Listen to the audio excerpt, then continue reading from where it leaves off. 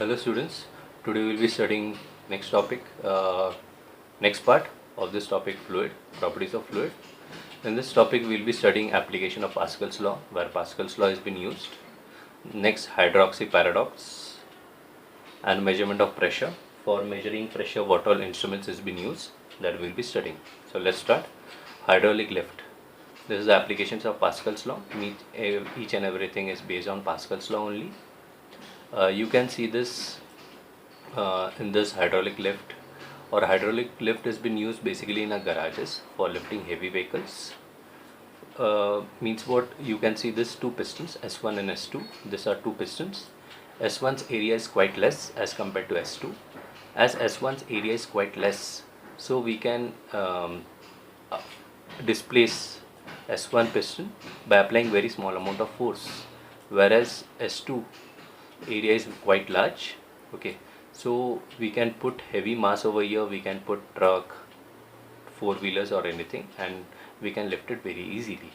You can see these two terminals are at same point, or at a same horizontal plane, or at a same distance. As both are at a same horizontal plane, so pressure at these 2 points are same. Okay, that basically works on the principle of Pascal's law. You can see this S1 is having the piston of area A1, which is quite small as compared to S2, which is having area A2. So therefore A2 is far much greater than A1. Hydraulic lift. If we apply a force F1 on a smaller piston, we are applying a force F1 on a smaller piston, and it will move in a downward direction. So we are knowing the formula that pressure is what force upon area. But pressure at these 2 points is same, so we will denote it at pressure only. So pressure at this point can be denoted as F upon A. Over here force applied is F1 and area on which it is applied is A1. So pressure at this point S1 is F1 upon A1. Whenever we will be applying force over here, this pressure will be equally transmitted to this piston S2, that is of a bigger piston S2. So force which will be exerted, that can be given as F2 is equals to P A2. Now in this place P, what we can substitute? We can substitute this value. In this P, what we can substitute? We can substitute this value, that will be F2 is equals to, यहाँ पे P क्या है? F1 upon A1, and what is A2? We will be writing as it is. So ultimately what we will be getting, F2 is equals to F1 A2 upon A1. F2 is equals to F1 A2 upon A1. That's what we have got. Now whatever force, imagine over here we are applying a weight of m small mg, and over here truck is there, big vehicle is there, whose mass is capital Mg. Okay, if we substitute this 2 over here, F2 is denoting force which is at a bigger piston, F1 is denoting force which is at a smaller piston. This G and this G will get cancelled. This G will get cancelled. So what formula will be getting? Capital M is equal to small m A2 upon A1. Now if we are assuming that area of this smaller piston is 1 centimeter square, area of this bigger piston is 1 meter square. Okay, we are knowing that meter, for converting meter to centimeter, what we do, we multiply by 10 raised to 2, and for centimeter to meter we multiply by 10 raised to minus 2. We are moving now from meter to centimeter, but it is meter square, so again this will also become square, so it will become 10 raised to 4 centimeter square, and mass we are applying as 1 kg over here. यहाँ पे mass 1 kg apply कर रहे हैं. So let us calculate the value of capital M. If we substitute all the values over here, 1, 1, 10 raised to 4, we can see that mass which can be lifted, that is 10,000 kg. What does it mean? That by applying a small mass of 1 kg at this point, we can displace or lift a mass that will be equal to 10,000 kg. Okay, so you can understand how easy it is. So what we have done, F2 which is much larger, as compared to F1. A heavy load can be placed over S2 and it can be easily lifted by applying very small amount of force that from F1. This is based on the principle of hydraulic lift. Next one is hydraulic brake system. Hydraulic brakes. Brakes means what? Whenever we'll be applying brakes, vehicle comes to rest or vehicle speed has been reduced. Okay, this basically works on this principle. See, brakes pedal is there. Brake pedal is connected to this master cylinder, and master cylinder's tube is there, and inside this tube liquid is there, and liquid is connected to the slave cylinders and all. You can see this area of this master cylinder is quite less as compared to this slave cylinder. If you consider this four slave cylinders area is quite larger as compared to this master cylinder. So as soon as this brake pedal is moved in a forward direction, all the oil which is already there in the master cylinder will be transmitted from this master cylinder to the slave cylinder. So the slave cylinder, slave cylinder will be full of oil, and therefore the brake pedal will be or the vehicle's tire will come to a halt or its speed will reduce. Okay, the piston in the slave cylinder, which is of a much larger cross section as compared to the master cylinder, also moves in forward direction. Whenever this brake pedal has been pushed, you might be knowing that liquid cannot be compressed. Similarly, oil is also a liquid, so it cannot also be compressed. So as soon as this pedal has been moved, what will happen? Brake pedal has been moved. As soon as this brake pedal has been moved, what will happen? This will move in a forward direction. As this will move in a forward direction,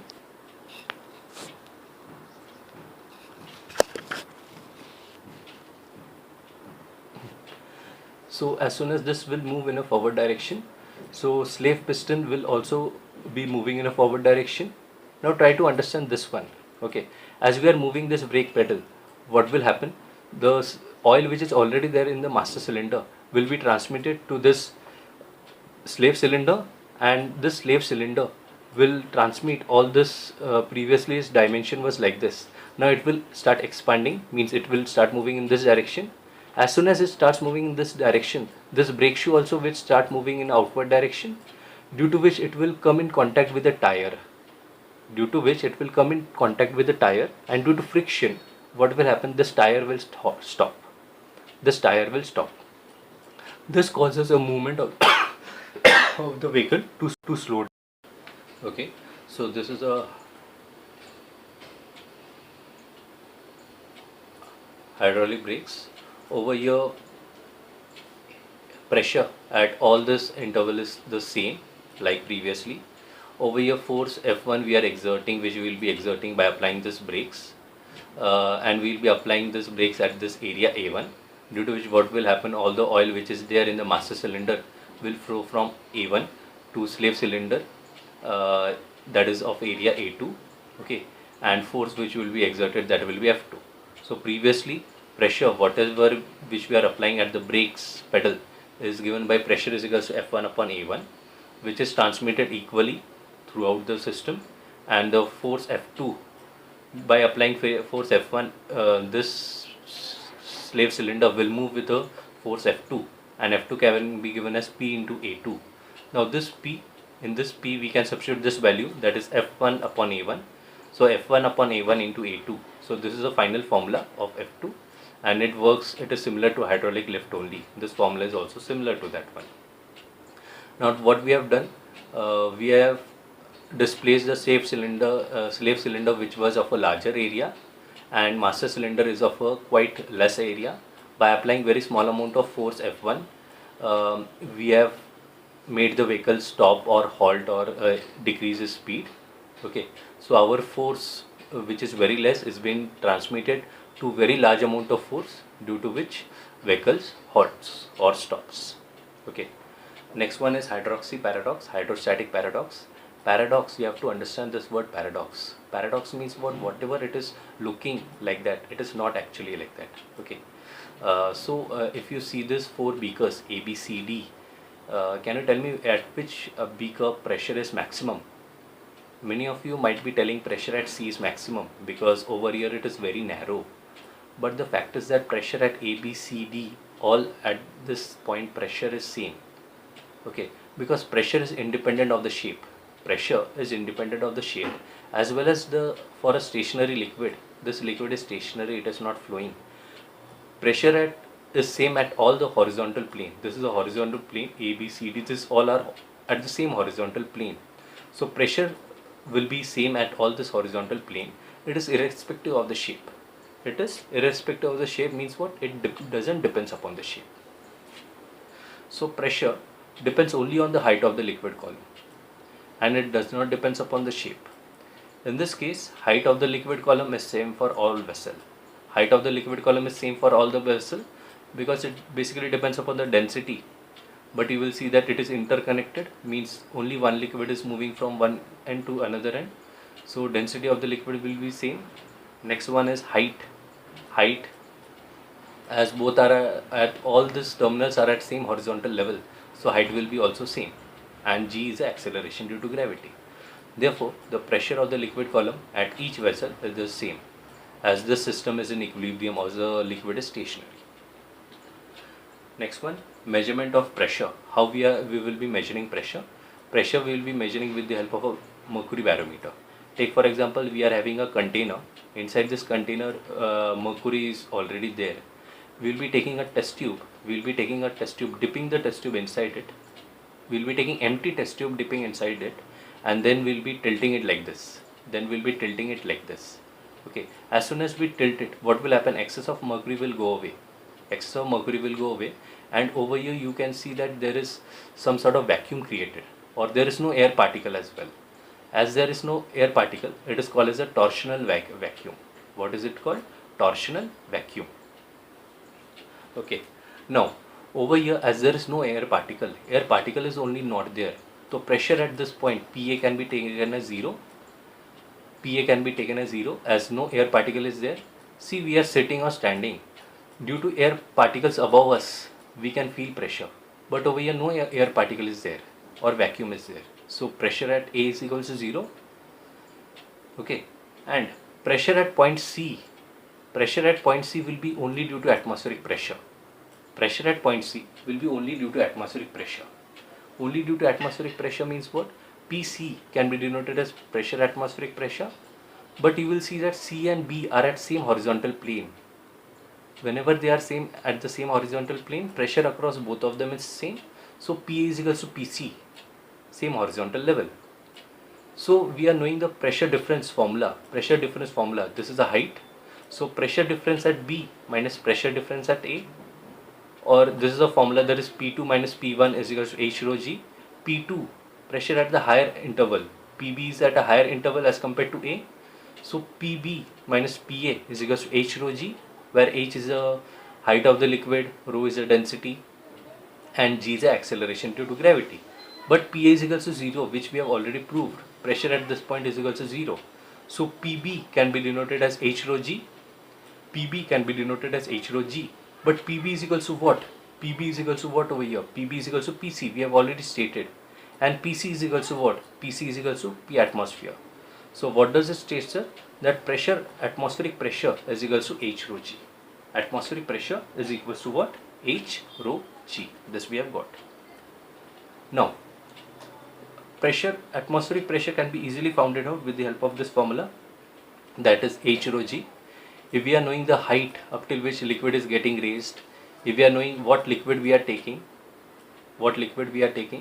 basically we will be taking a liquid mercury and not water. Why we will not be taking mercury, why will not be taking water will be said to you just in the next slide. Okay. Now we will be finding the height up till which the liquid will be raised if we are filling this liquid with mercury. Okay. So height, we can take this formula, we can modify this formula, this rho G can be taken in the denominator. So what we will be getting? H height or rise in height of mercury, that is P atmosphere upon rho G. We know that atmospheric pressure is 10⁵. Density of mercury is 13600 into 9.8. After substituting the values, we will be getting the height as 7.6 centimeter of Hg. So atmospheric pressure can be denoted as 76 centimeter of Hg. Okay. but it doesn't mean that atmospheric pressure we are denoting in terms of distance or length. It only states us that 76 centimeter of mercury will be exerting pressure, and that pressure will be same as that of the atmospheric pressure. Are you able to understand? Atmospheric pressure we will be denoting whenever 76 centimeter of mercury, what does it state us? It will be exerting pressure, and the pressure will be same as that of the atmospheric pressure. Next one, if we replace liquid mercury by water, then if we want to find out up till what height the liquid will be raised, P atmosphere is 10 raised to 5, density of liquid is not 100, it is 1000. Okay, after substituting this all value, we will be getting the height of the liquid column that will be raised up till 10 meter. 10 meter, it's quite huge. Means what, if we replace mercury by water, then then this liquid will rise up till 10 meter. 10 meter, it is quite huge, and we would require a ladder for taking the reading. So it is not at all convenient. And water is not a translucent, it is a transparent liquid. As it is a transparent liquid, so taking reading with the help of water is quite difficult. So therefore we take mercury only. Okay, because as well as we take mercury because mercury's weight is also more as compared to that of the water. Okay, density is more. As density is more, so therefore it rises to a very small height. Next one, open tube manometer. Open tube manometer is used to find the pressure inside this closed vessel. We can find out the pressure inside this closed vessel D. Okay, we are taking some sort of gases inside this point D. So pressure at this point will be equal to pressure at point C as well, because this is in direct contact, and pressure exerted will be by the gas is equally distributed in all direction.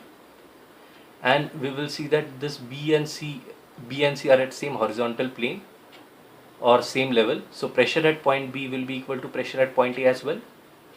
Okay, and pressure at point A, as this tube is open, so only atmospheric pressure is been acting at point A. Okay, so pressure at point A is equal to atmospheric pressure. So pressure at point B can be given as what? Pressure at point B can be given as atmospheric pressure at point A, that can be denoted as PO plus H rho G. Over here H is denoting this height, ये height denote कर रहा है. Okay, so let's proceed. PC is equals to PB as both are at the same horizontal level. So pressure at point B can be denoted as P0. P0 मतलब यहाँ पे जो atmospheric pressure act हो रहा है, whatever atmospheric pressure is acting at point A is denoted by P0 plus H. मतलब क्या? The distance between A and B. Rho is the density of the liquid and G is the acceleration due to gravity. So ultimately, and we are knowing the pressure, what we want to find out is P. Pressure at what we want to find out is P. Like I have already stated, pressure at this point will be equal to pressure at this point as well. So pressure P will be exerted at this point as well, PC. So P is equal to PC. P क्या है यहाँ पे? PC. So if we substitute this two, ये दो, अगर if we substitute it over here, PB के जगह क्या substitute करना है? PC substitute करना है. Okay, PB के जगह PC, but PC is equal to P. PC is equal to what? P. So P is equal to P0 plus H rho G. Try to understand ये equation. Just 1 minute, let me erase it.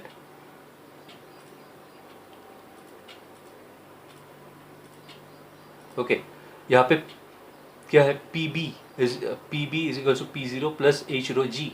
Okay, but over here what is PB is equal to PC.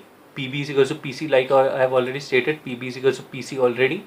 So in this PB we can substitute PC, but PC is what pressure we have to find out. यहाँ पे जो pressure find करना है वो क्या है? P है. यहाँ पे जो pressure था वो P है, यहाँ पे भी जो pressure रहेगा वो भी P ही रहेगा. So in place of PB, what we can write only, यहाँ पे P लिख सकते हैं.